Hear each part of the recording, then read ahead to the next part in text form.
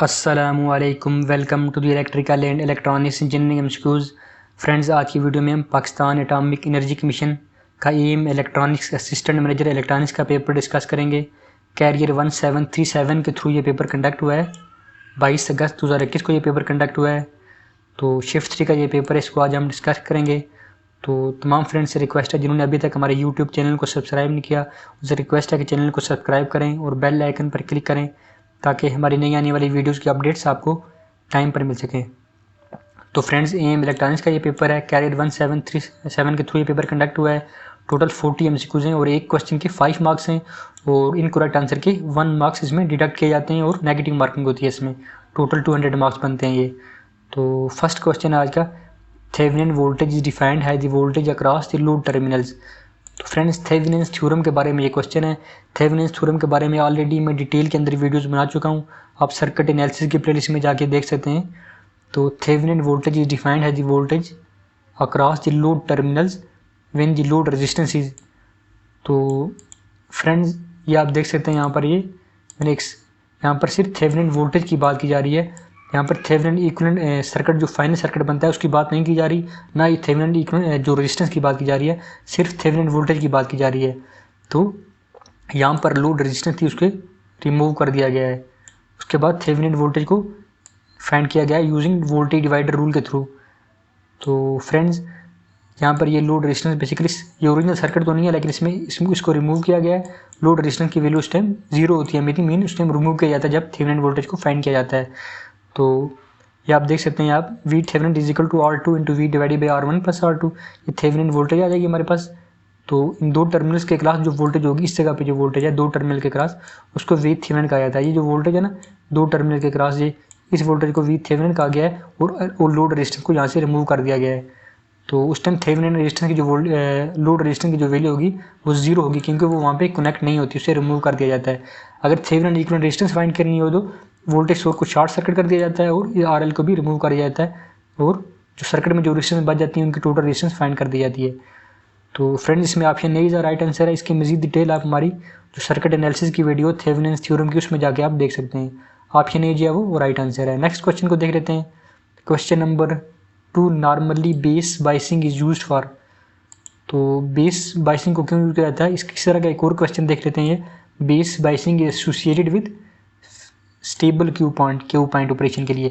Base biasing को हमेशा stable Q point operation के लिए यूज किया जाता है। ये एक सेपरेट क्वेश्चन है, इसको भी आपने याद रखना है।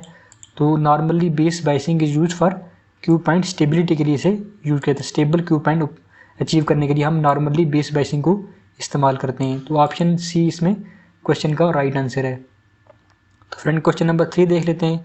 If the emitter stage is connected to the emitter follower stage then all the frequencies will passed, high frequency will passed, low frequency will passed, या all frequencies will stop।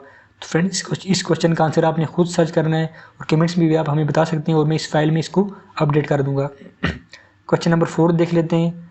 In ideal operational amplifier has infinite voltage gain, high output impedance, low input impedance. तो ideal operation amplifier जो होता है इसका voltage gain infinite voltage gain होता है और उसकी आउटपुट रेजिस्टेंस जो इम्पिडेंस होती है वो 0 होती है, इनफाइनाइट इनपुट इम्पिडेंस होती है। तो इसकी आइडियल कैरेक्टरिस्टिक्स हैं। तो फ्रेंड्स, आइडियल ऑपरेशनल एम्पलीफायर के बारे में मैं ऑलरेडी 4 to 5 मैंने पार्ट्स बनाए हैं। डिफरेंट एमसीक्यूज हैं, 4 पार्ट्स हैं तकरीबन एमसीक्यूज के। उनको आप देख लेते हैं। तो कोई भी क्वेश्चन आप एग्जाम में आएगा ऑपरेशनल एम्पलीफायर के बारे में तो आप गलत नहीं करेंगे। तो ये क्वेश्चन भी वहाँ पर अवेलेबल है। इसमें जो आंसर बनता है infinite voltage gain, operational amplifier की प्ले लिस्ट में जाके आप देख सकते हैं। Question 4 option A is the right answer. Next question है question number 5। If the capacitor in the feedback path of amplifier the circuit is. तो ये भी क्वेश्चन भी ऑपरेशनल एम्पलीफायर से रिलेटेड है। ये क्वेश्चन भी हमारे जो प्ले लिस्ट है उसमें अवेलेबल है।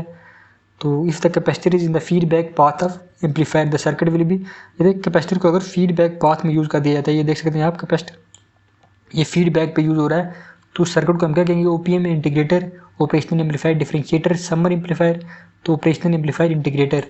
तो क्योंकि कैपेसिटर जो है उसको फीडबैक में यूज़ किया गया है, तो अगर यहाँ पर इस रजिस्टर को यूज़ किया जाता है फीडबैक पे तो ये ऑपरेशनल एम्पलीफायर डिफरेंशिएटर का सर्किट बन जाता। इसी तरह इसमें कुछ इन्फॉर्मेशन है गाइज। ये यहाँ पर फीडबैक में आप देख सकते हैं, ये रजिस्टर कनेक्ट है तो ये ऑपरेशनल एम्पलीफायर डिफरेंशिएटर का सर्किट है। अगर कैपेसिटर कनेक्ट हो तो ये इंटीग्रेटर का सर्किट बनता है।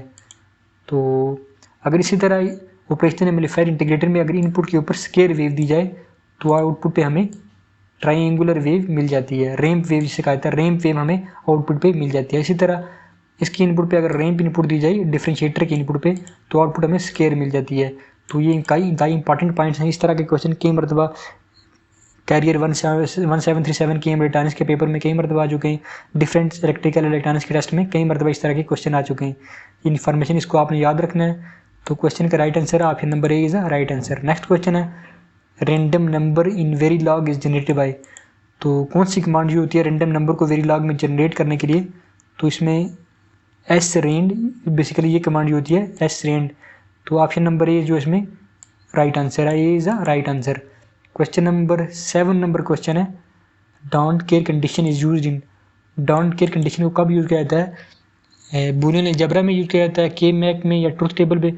तो डिजिटल लॉजिक डिज़ाइन DLD में आपने सेकंड या थर्ड चैप्टर है यहाँ पे बेसिकली ये के मैप को, जहाँ पर के मैप में आप इसको कंडीशन को यूज़ करते हैं, डोंट केयर कंडीशन को यूज़ किया करते हैं। तो इसकी एक्सप्लेनेशन आप देख सकते हैं। A don't care condition marked by the X से रिप्रेजेंट किया जाता है in the truth table indicates the condition where the design does not care if output is 0 और 1। A don't care condition can be treated as 0 और 1 in the के map. तो अगर treating don't care है 0, अगर 0 के तौर पर ट्रीट किया जाए तो फिर क्या होगा? Means you do not need to group it. तो अगर डोंट केयर कंडीशन को अगर 0 ट्रीट किया जाए तो इसका मतलब कोई ग्रुपिंग नहीं की जा रही। Treating don't care has 1 allows to make the grouping. तो इसका मतलब अगर 1 को ट्रीट किया जा रहा है डोंट केयर को, इसका मतलब है ग्रुपिंग कर रहे हैं डिफरेंट सेल्स की इन SOP इक्वेशंस। तो फ्रेंड्स ये इसकी थोड़ी डिटेल थी, ये आप टेबल में आप देख भी सकते हैं। तो इसमें राइट आंसर बनता है के मैप में हम इसमें डिफरेंट 2 वेरिएबल के मैप, 4 वेरिएबल के मैप, 8 वेरिएबल के मैप। तो इसको आप इसमें राइट आंसर बनता है के मैप में डोंट केयर कंडीशन को यूज़ किया जाता है। Option B is a right answer. Question number 8 question को देख लेते हैं। Question number 8 synthetic reduction approach is used to reduce the digital circuit expression. कोई भी डिजिटल सर्किट एक्सप्रेशन को रिड्यूस करने के लिए हम सिंथेटिक अप्रोच को यूज़ करते हैं। A+AB या कोई भी इक्वेशन लेते हैं +AB एक्सप्रेशन को रिड्यूस करने के लिए हम बूलियन अलजेब्रा के डिफरेंट रूल्स हैं उनको यूज़ किया जाता है। यहाँ पे हमने वो बतानी है जो सिंथेटिक अप्रोच है। इसमें ट्रूथ टेबल के थ्रू भी किया जाता है, के मैप के थ्रू भी रिड्यूस किया जाता है एक्सप्रेशन को। जो मेन जो सिंथेटिक अप्रोच है वो बूलियन अलजेब्रा के थ्रू से रिड्यूस किया जाता है। Option number A is a right answer. Question number 9 micro processor का ये क्वेश्चन है। The instruction AD48 R1 does adds the value of 48 to the address of R1 and store 48 in the address, adds the 48 to the value of R1 and store it in R1, finds the memory location of 48 and adds to the content of R1। तो इसमें right answer option B जो है वो right answer बनता है। Option B जो है वो करेक्ट आंसर है। adds the value of the R1 and store it in R1, add 48 to the value of R1 and store it into the R1। Option B is correct answer. Question number 10 को देख लेते हैं। 10 number question है the transconductance curve of GFET। तो by इसमें field effect transistor का जो trans conductance curve बनता है उसकी जो इक्वेशन बनती है, तो कर्व की बात की जा रही है यहाँ पर। वो स्ट्रेट लाइन होता है, पैराबोला होता है, या फिर इन्वर्टेड V टाइप। तो पैराबोलिक कर्व होता है उसका जो ट्रांस कंडक्टेंस कर्व जो इक्वेशन बनती है पैराबोलिक, इस तरह की इक्वेशन बनती है। ये इस तरह का कर्व बनता है हमारे पास।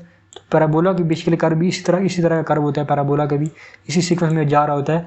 तो इसमें जो राइट आंसर बनता है option number B parabolic.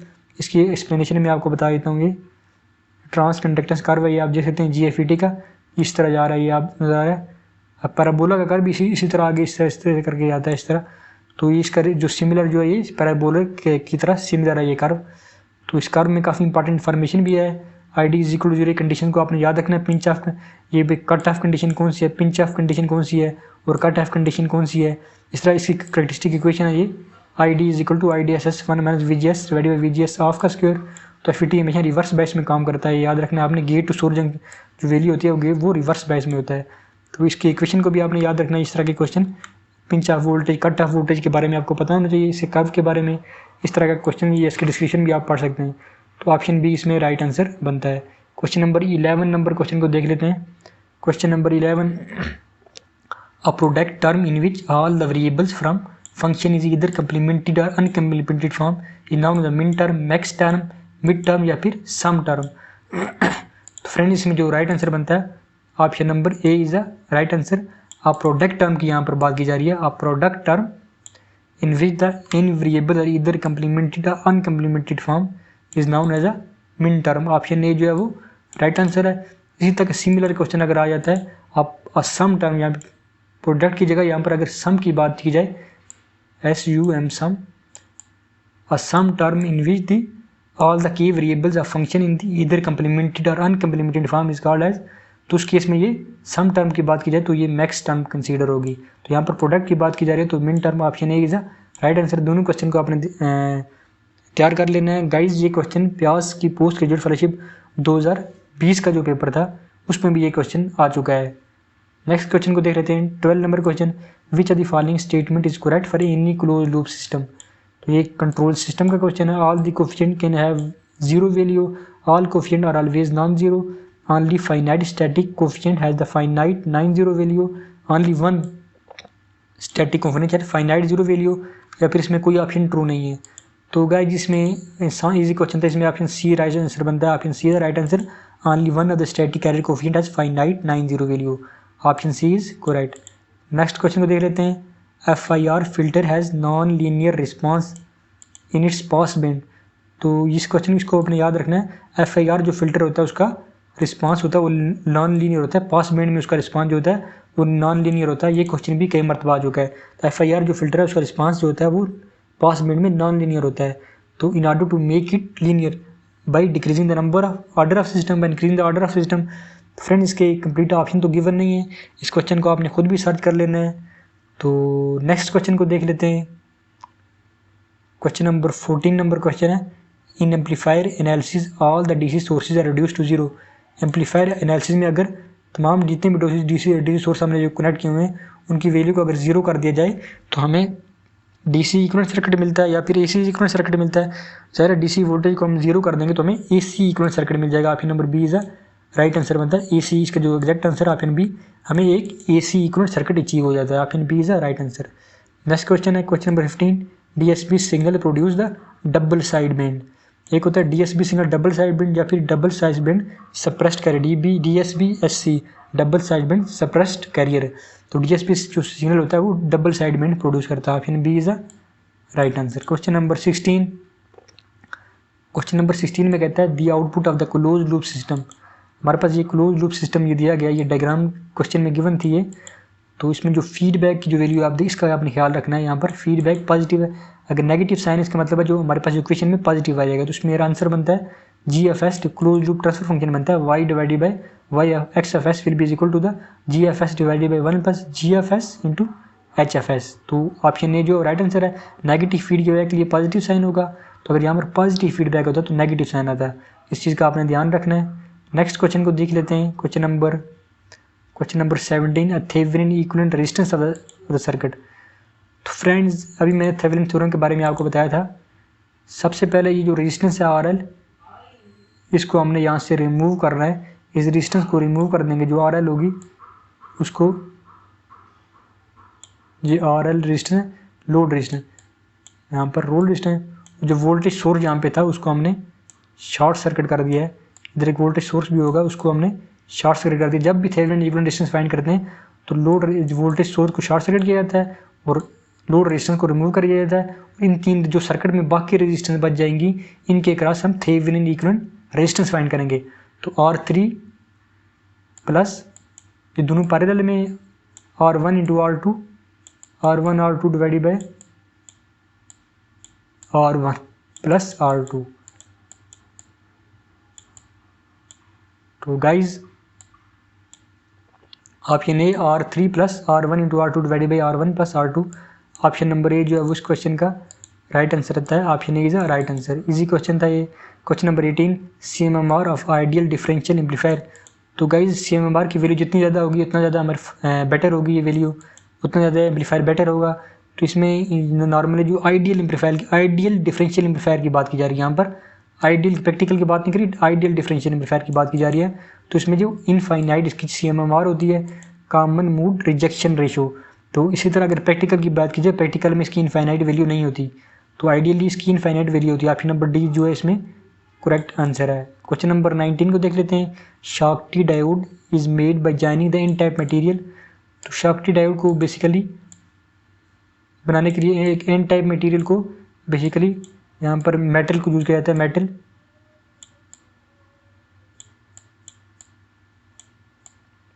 N type material को मेटल के साथ इसको कंबाइन किया जाता है। तो जो मेटल यूज होता है इसमें हमारे पास सिल्वर यूज होता है, गोल्ड यूज होता है, इसके अलावा सिल्वर यूज होता है, गोल्ड, सिल्वर, एल्यूमिनियम, इस तरह की जो मेटल्स होती हैं इनको यूज़ किया जाता है। तो इसमें मेटल को यूज़ किया जाता है। ऑप्शन नंबर बी इस जो है वो करेक्ट आंसर जो है option B is a right answer. Question number 20 देख लेते हैं। The source of electric and magnetic field is electric field is produce by the moving charge and magnetic field is produce by the stationary charge. तो guys जो electric field होती है उसमें stationary charge के cross जो field होती है वो इलेक्ट्रिक फील्ड होती है। एक मूविंग चार्ज जो होता है उसके क्रॉस जो फील्ड होती है वो मैग्नेटिक फील्ड होती है। मैग्नेटिक फील्ड चार्जेस की डिफ्लेक्शन की वजह से पैदा होती है। इलेक्ट्रिक फील्ड जो स्टेशनरी चार्ज होता है उसके क्रॉस इलेक्ट्रिक फील्ड होती है। तो ऑप्शन 20 में electric field is produce by the stationary charge and magnetic field is produce by the moving charge. Option B इस क्वेश्चन का राइट आंसर है। Question number 21 convert B6 5F16 base 16 into base 10। तो ये हेक्साडेसिमल नंबर है, इसको convert करना है डेसिमल नंबर में। तो इसमें जो राइट आंसर बनता है ऑप्शन नंबर बी जो है वो इसका करेक्ट आंसर है। 46687 इज अ राइट आंसर। सबसे पहले इन डिजिट को आप देख लेना है। ए जो होता है ए इज इक्वल ए जो है बेसिकली 10 के इक्वल होता है। जो बी होता है 11 के इक्वल होता है। जो एफ जो बेसिकली एफ जो बनता है एफ हमारे पास जो एफ की वैल्यू जो वो 15 होती है हेक्साडेसिमल। तो ऑप्शन नंबर बी इस क्वेश्चन का राइट आंसर है। इजी क्वेश्चन था गाइस ये वाला। नेक्स्ट क्वेश्चन को देखा 21 क्वेश्चन है। इन वोन Neyman architecture CPU is independent of the data memory and program memory dependent on the data memory. Option number जो ए है इसमें राइट आंसर है। तो ये क्वेश्चन गाइस ऑलरेडी मैं बता चुका हूँ। एक होता है वेन नेमन आर्किटेक्चर, दूसरा होता है हार्वर्ड आर्किटेक्चर। तो हार्वर्ड आर्किटेक्चर होती है वो उसमें जो CPU होता है वो बोथ डेटा मेमोरी और प्रोग्राम मेमोरी दोनों के साथ कनेक्ट होता है। In case of von Neumann architecture the independent of the memory and program memory, data memory and program memory में आपस में कनेक्ट नहीं होते, इंडिपेंडेंट होते हैं। Option number A is a right answer. Question number 23 ECL logic uses. तो grand इसके complete option तो गिवन नहीं, इसमें ट्रांजिस्टर BJT ट्रांजिस्टर लॉजिक को यूज किया जाता है। Question number 24 an inductor is dash for the DC source. Inductor is short for the DC source. Option B is the right answer. इसकी description पढ़ सकते हैं। In short, the working principle of inductor is based on the changing of magnetic flux, but there is no changing in the magnetic flux due to the no frequency. DC में कोई frequency नहीं होती, magnetic flux change नहीं होता। This is the reason why the inductor act as a short circuit for DC supply. तो 24 question का option B answer है। तो फ्रेंड्स ये आज का हमारा लास्ट क्वेश्चन है। आई होप आपको हमारी आज की वीडियो पसंद आई होगी। तो हम तमाम फ्रेंड्स से रिक्वेस्ट है जिन्होंने अभी तक चैनल को सब्सक्राइब नहीं किया उनसे रिक्वेस्ट है कि चैनल को सब्सक्राइब करें और बेल आइकन पर क्लिक करें ताकि हमारी नई आने वाली वीडियोज़ की अपडेट्स आपको टाइम पर मिल सकें। Thank you so much.